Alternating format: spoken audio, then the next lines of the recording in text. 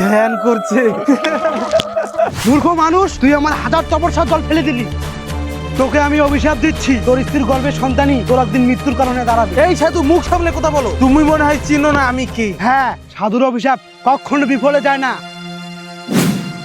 বাবা তুমি এসেছো? এই তুই আমাকে বাবা বলবি না, চুপচাপ ঘর দুয়ার পরিষ্কার কর। মাকে এনেছি, ছেলে শুদ্ধ তুলে এসেছি। সব ছেলে কোথাকার।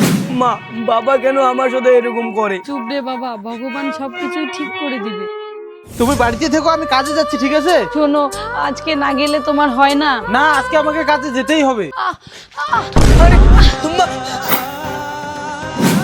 বাবু মিষ্টি খাওয়া, তোমাদের না মেয়ে হয়েছে। হ্যাঁ, ও আমার বোন হয়েছে। আমাকে ভয় লাগে, মনে আছে তোমার ওই সাধুর কথা? চুপ করো তুমি, ওগুলো আমি একটা বিশ্বাস করি না। 10 বছর পর। মারে, দুদিন লেট হবে আমার কাছ থেকে আসতে। এই টাকাটা তুই রেখে দে। ঠিক আছে। বাবা, আজকে আমার অ্যাডমিশন, কিছু পয়সা দাও না। তোকে আবার কি পয়সা দিব আমি? থাকার পড়াশোনা করার দরকার নেই। রিয়া, তোর পয়সাটা তুই তোর দাদাকে দিয়ে দে, আর আমার কিছু টাকা দিয়ে তোর দাদার এডমিশনটা হয়ে যাক। এই যে নে। তার মানে ও আমার মেয়ের থেকে ও সৎ ছেলেকে অনেক বেশি ভালোবাসে। কিছু তো করতেই হবে। কিছুক্ষণ পর। এইটা খাইয়ে আজকে আমার সৎ ছেলেকে। বাবা, তুমি চলে আসলে। বাবারে, শরীরটা খুবই খারাপ, সেরকম শরীরটা ভালো লাগতেছে না। এই যে তুই এটা নে, আর তুই এইটা নে।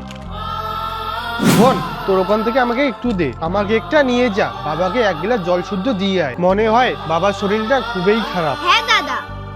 এখন মনে হয় শেষ। বাবা, তোমার শরীরটা তো খারাপ। মারে, তুই আমার এত খেয়াল রাখিস। জল দে। বাবা, তোমার কি হয়েছে?